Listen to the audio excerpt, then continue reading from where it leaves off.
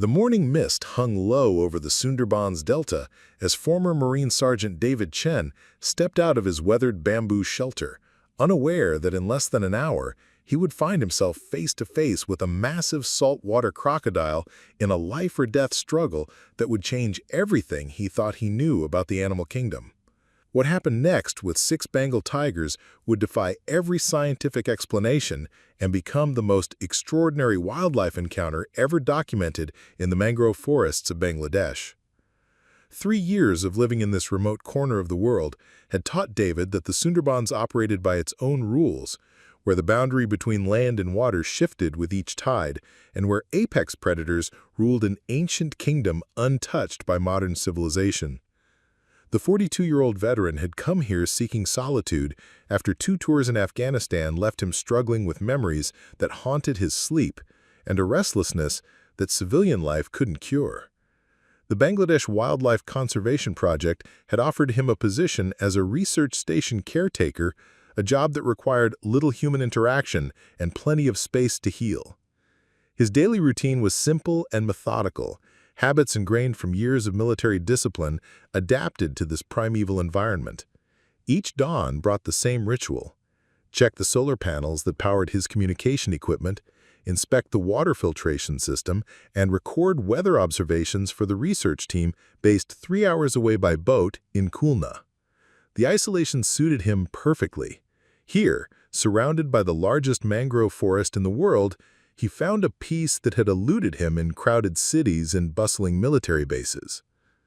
The morning air carried the familiar symphony of the Delta, the haunting calls of spotted deer, the splash of fishing eagles diving for their breakfast, and the distant rumble that could either be thunder or the territorial roar of a Royal Bengal tiger.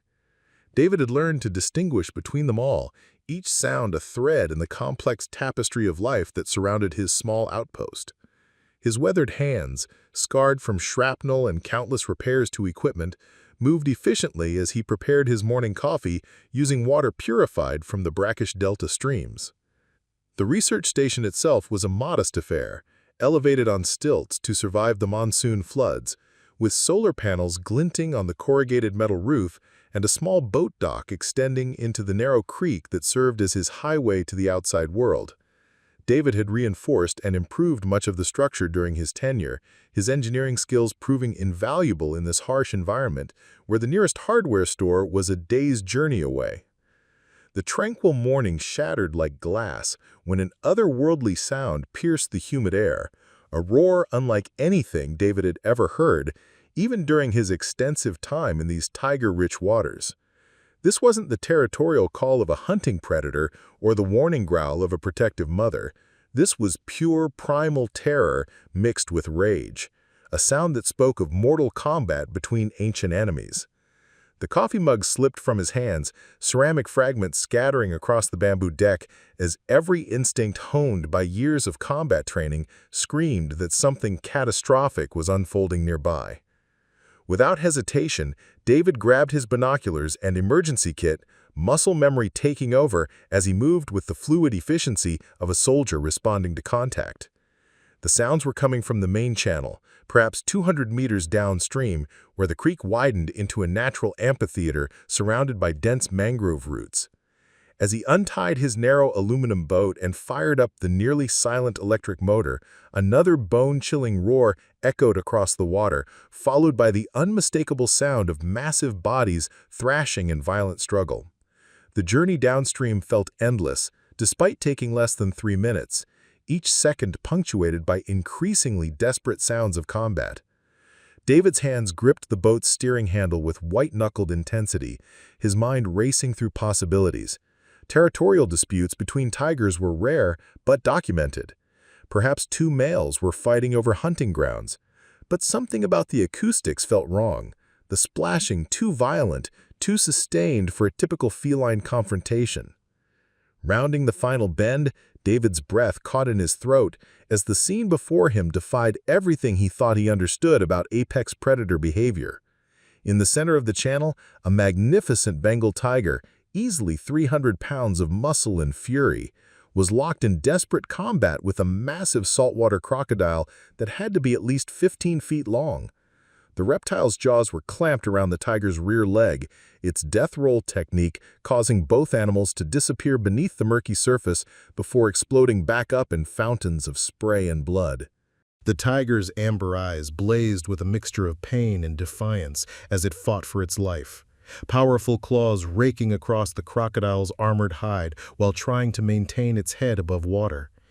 Each roll threatened to drag the great cat deeper, where the crocodile's superior aquatic abilities would seal the tiger's fate in the ancient equation of predator and prey. The tiger's strength was failing rapidly, each desperate attempt to break free from the crocodile's vice-like grip growing weaker as precious seconds ticked away. Blood clouded the water around the struggling animals, creating a crimson halo that attracted smaller predators sensing an opportunity. David could see the exact moment when exhaustion began to overcome the tiger's fighting spirit. Its powerful strokes became labored, its magnificent head dipping dangerously close to the waterline with each brutal death roll executed by the massive reptile. Time was running out with terrifying speed.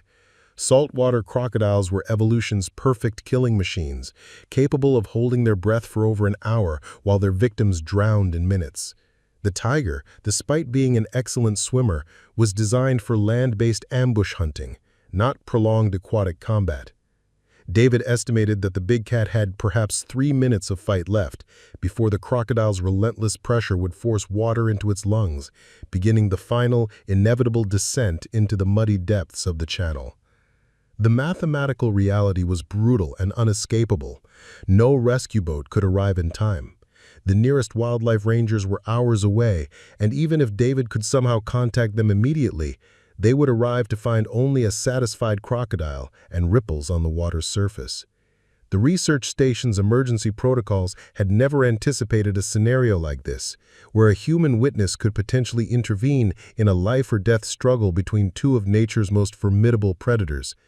David's military training kicked in, analyzing the tactical situation with the cold precision that had kept him alive in Afghanistan's deadliest valleys. The crocodile's position made a direct approach suicidal. 15 feet of prehistoric muscle and teeth that could snap a small boat in half. Any intervention would require split-second timing, perfect execution, and a level of calculated risk that bordered on madness. One mistake would result in 2 deaths instead of 1, adding human remains to the crocodile's meal. The tiger's eyes found his across the churning water, and in that moment of connection, David saw something that transcended species boundaries, a desperate plea for help from one warrior to another. The big cat's pupils dilated with pain and oxygen deprivation, but there was still fierce intelligence burning behind them, still hope that somehow, impossibly, salvation might come from the strange human observer. That look sealed David's fate as surely as if he had signed deployment orders, because in those amber depths, he recognized the same expression he had seen in the eyes of wounded Marines who needed someone to refuse to abandon them, regardless of the cost.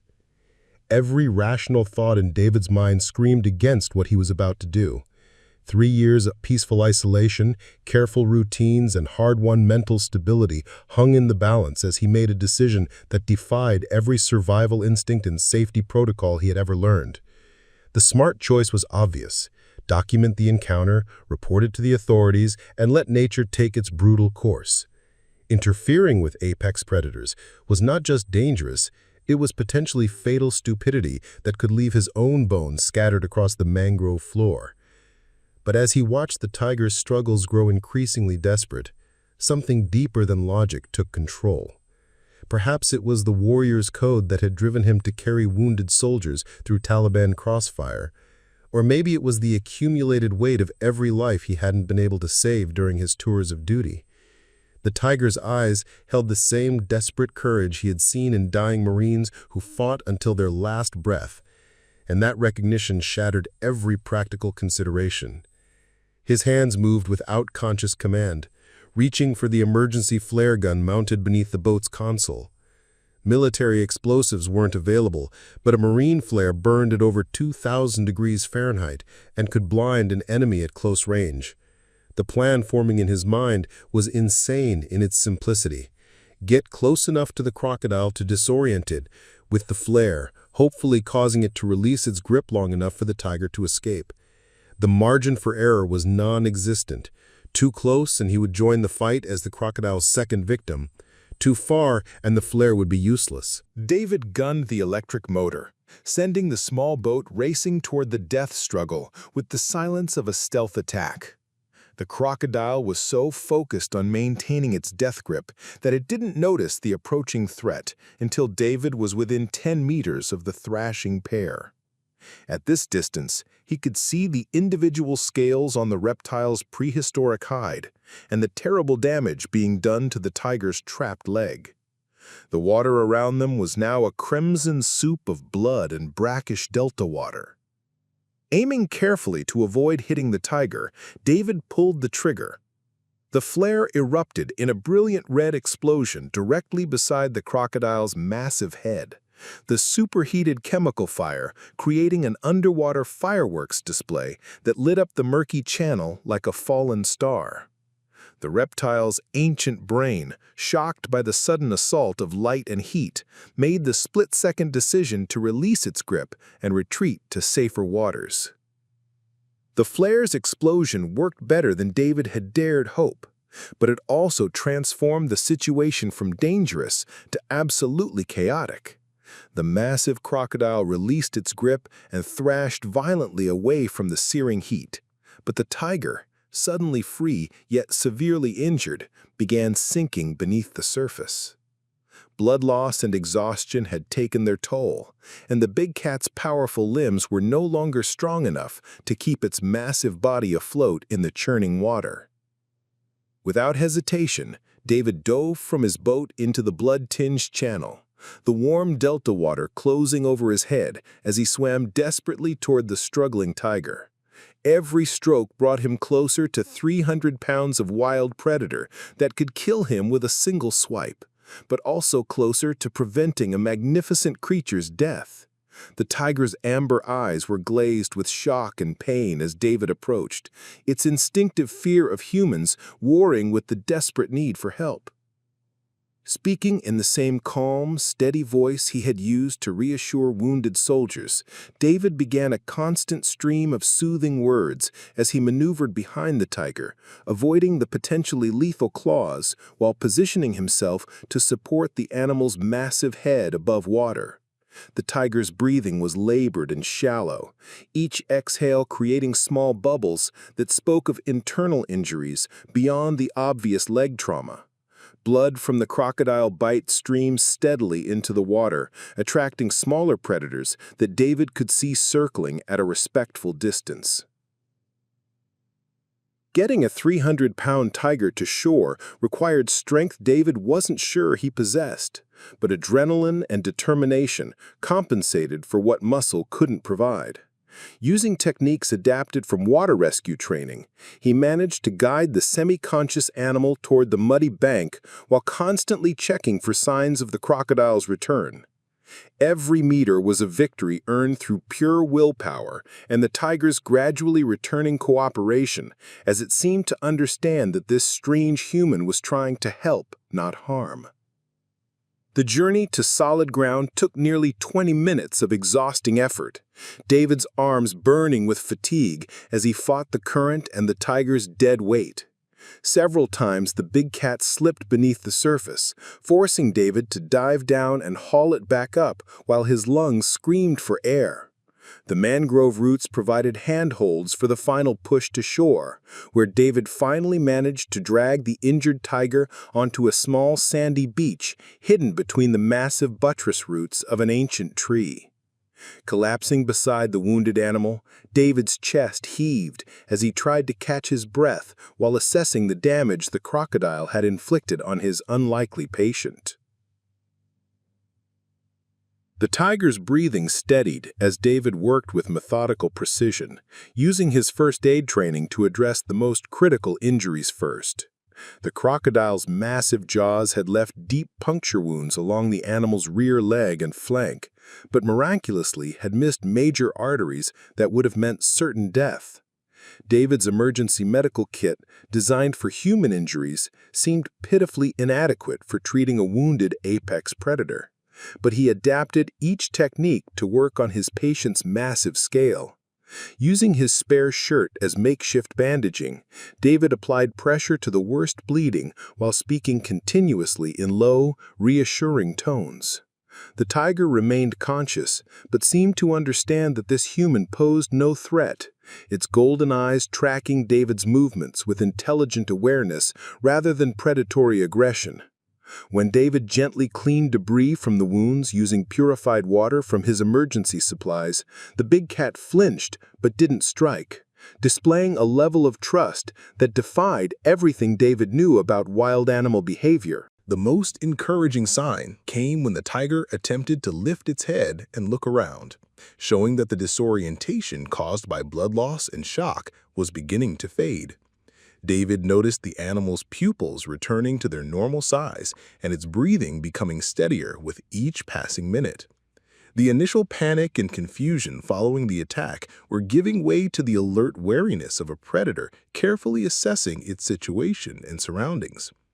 After securing the bandages as best he could, David made the difficult decision to retreat to a respectful distance and radio for professional help. His satellite phone crackled to life as he contacted Dr. Rashid Hassan, lead veterinarian for the Bangladesh Wildlife Conservation Project, describing the unprecedented rescue and the tiger's condition. Dr. Hassan's stunned silence spoke volumes about the extraordinary nature of this encounter. Within 2 hours, the veterinary team arrived by motorboat, unloading equipment and tranquilizer rifles to create a makeshift field hospital on the muddy shoreline. Dr. Hassan examined the tiger with practiced efficiency, while David recounted the details of the crocodile attack and the rescue. The veteran veterinarian confirmed the wounds, though serious, were survivable with proper treatment and antibiotics. As the medical team prepared to sedate the tiger for transport to their rehabilitation facility, David noticed something remarkable in the surrounding mangroves. Through gaps in the dense vegetation, he glimpsed golden forms moving silently. Other tigers, drawn perhaps by the scent of blood and the earlier distress calls. They remained hidden but vigilant, a silent audience to this extraordinary collaboration between human and predator. Over the following 6 weeks, the rehabilitation unfolded steadily. David made daily visits to the conservation center to check on the tiger's progress. Initially skeptical about civilian involvement, Dr. Hassan soon observed that Rajah, the name given to the tiger by the veterinary staff, showed signs of recognition and calm whenever David appeared. The big cat's stress visibly decreased during these visits, leading the team to conclude that maintaining this unusual bond actually aided the healing process. Rajah's physical recovery surpassed all expectations. The puncture wounds healed cleanly without infection, and damaged muscles regained strength through a carefully supervised exercise program. David watched in amazement as the once broken, bleeding creature transformed into a powerful symbol of resilience and survival. The tiger's coat regained its lustrous sheen, and the bright intelligence in those amber eyes burned more fiercely each day. Preparing and narrating this story took great effort and dedication. If you're enjoying it, please consider subscribing to our channel. The most remarkable development came during the 4th week of recovery. When David arrived for his usual visit, Dr. Hassan greeted him with excitement and disbelief. Security cameras had captured footage of 5 other tigers approaching the rehabilitation facility's perimeter at night, not hunting or marking territory, but investigating the scent trails left by their recovering companion. This behavior was unprecedented in scientific literature, wild tigers maintaining social connections with an injured member of their population over extended periods. As Rajah's release date approached, David experienced an unexpected emotional conflict. The bond forged during those desperate moments in the channel had grown into something he couldn't fully understand or explain. This wasn't the relationship between a human and a domestic animal. It was a connection between 2 beings who had shared a life-or-death moment that transcended the normal boundaries between species. The tiger seemed to sense David's presence even when he was still hundreds of meters away, often moving to the side of the enclosure closest to wherever David was working. Dr. Hassan explained that Rajah would be released back into his original territory, a section of the Sundarbans, roughly 10 kilometers from David's research station. The veterinarian emphasized that wild tigers typically avoided human contact after release, returning to their solitary hunting patterns and territorial behaviors. Any continued interaction would be unusual, though not entirely unprecedented given the extraordinary circumstances of their first encounter. The night before Rajah's release, David sat outside the rehabilitation facility, watching the tiger pace restlessly in the large outdoor enclosure, both of them somehow sensing that their strange partnership was about to enter an entirely new and unpredictable phase. The morning of Rajah's release dawned clear and humid, with mist rising from the delta channels like ghostly fingers reaching toward the brightening sky. David accompanied the veterinary team to the release site, a secluded stretch of mangrove forest where GPS tracking had confirmed the presence of adequate prey populations and minimal human activity. As the transport cage was positioned near the water's edge, Rajah paced with obvious anticipation, his powerful muscles rippling beneath the distinctive orange and black stripes that marked him as one of nature's most perfect predators. When the cage door opened, Rajah didn't immediately bolt for freedom as expected. Instead, the massive tiger approached David one final time, stopping just close enough for the veteran to see his own reflection in those intelligent amber eyes. For a moment that seemed to stretch into eternity, predator and human regarded each other with mutual respect and understanding. Then, with fluid grace that spoke of complete recovery, Rajah melted into the mangrove shadows and disappeared, leaving only paw prints in the mud as evidence of his passage. David returned to his research station, expecting life to resume its peaceful routine, but the Sundarbans had other plans. 3 days after the release, he awoke to find fresh tiger tracks circling his elevated shelter, not the territorial markings of a hunting predator, but the purposeful investigation of a familiar presence. Over the following weeks, these nocturnal visits became a regular occurrence, with Rajah appearing at the edge of the clearing like a golden phantom, never approaching too closely, but maintaining a watchful presence that suggested their bond had survived the return to the wild. The truly unbelievable events began during David's 4th week back at the station. While performing routine maintenance on his solar panels, a sudden movement in the tree line stopped him cold.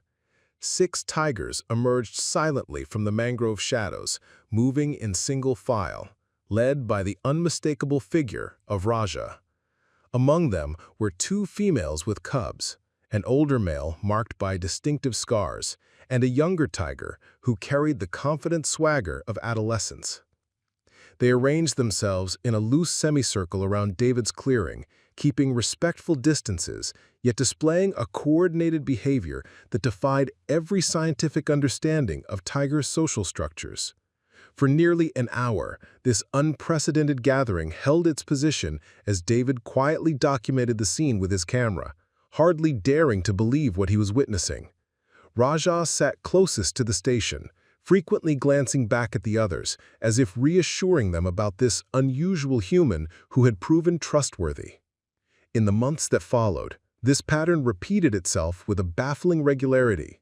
Every few days, the group of 6 tigers would emerge from the dense mangroves, taking up positions around David's research station like an honor guard protecting a valued ally. At first, Dr. Hassan and his team dismissed David's accounts as exaggerated, ordinary territorial behavior mistaken for something extraordinary. That changed when hidden camera footage revealed the impossible truth. 6 apex predators exhibiting coordinated social behavior centered around a single human. The tiger's actions went beyond mere curiosity or a learned association with food. David never fed them or tried to interact beyond respectful observation, yet their protective instincts only grew stronger. When a boat carrying illegal poachers attempted to set up camp near the station, the tigers intervened with a united display of force, driving the intruders away in terror. Security cameras captured the awe-inspiring sight of 6 massive predators emerging simultaneously from concealment. An instinctive, coordinated defense more effective than any human security detail. News of this extraordinary behavior spread, attracting wildlife experts from around the globe.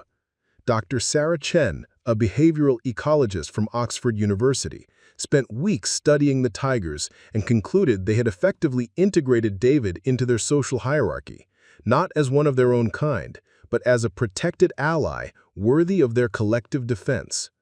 Her groundbreaking research would go on to transform scientific understanding of tiger intelligence and social complexity. The most remarkable demonstration of their protective instincts occurred during the height of monsoon season, when David fell seriously ill with dengue fever. Too weak to operate his radio equipment, he lay delirious in his shelter while the storm raged outside. The tigers maintained a continuous vigil around his elevated hut, their presence deterring the saltwater crocodiles that often emerged during floods to hunt in the shallower waters. When Dr. Hassan arrived for a routine supply drop 2 days later, he found David unconscious but alive, surrounded by muddy paw prints that told the story of 6 guardians who had refused to abandon their human friend. Years later, David still maintains his quiet post in the Sundarbans, but his life has become something beyond his wildest imagination. The Tiger Alliance has grown to include their offspring, creating a multi-generational bond that scientists continue to study. Rajah, now a magnificent patriarch, still leads the protective visits, though he moves with the dignified pace of an elder who has earned his place in an extraordinary legacy. The research station has been upgraded to accommodate the steady stream of wildlife researchers, conservationists, and documentary crews who come to witness this living proof that compassion can transcend the boundaries between species. David's story has inspired a new generation of wildlife protectors, proving that a single act of courage can ripple outward to create changes that last decades. Most remarkably, the tigers have begun exhibiting this protective behavior toward other conservation workers in the area, as if they've learned to recognize humans who genuinely care for their welfare. Dr. Hassan jokes that David accidentally created the world's first tiger-human mutual protection society, but the science behind their behavior continues to reshape our understanding of animal intelligence and emotional capacity. The veteran who once sought isolation in the mangroves found something infinitely more valuable: purpose, connection, and proof that even in our divided world, bridges can be built between the most unlikely allies. Every dawn still brings the possibility of seeing golden shadows moving through the mist, guardians watching over their human friend who once risked everything to save one of their own. What incredible animal encounter have you witnessed that challenged everything you thought you knew about wildlife? Share your most amazing animal stories in the comments below. We read every single one and feature the best in our upcoming videos. Don't forget to subscribe and hit that notification bell, because nature's most unbelievable stories are happening every day, and you won't want to miss what we uncover next. The wild world is full of surprises, and together we'll explore them all.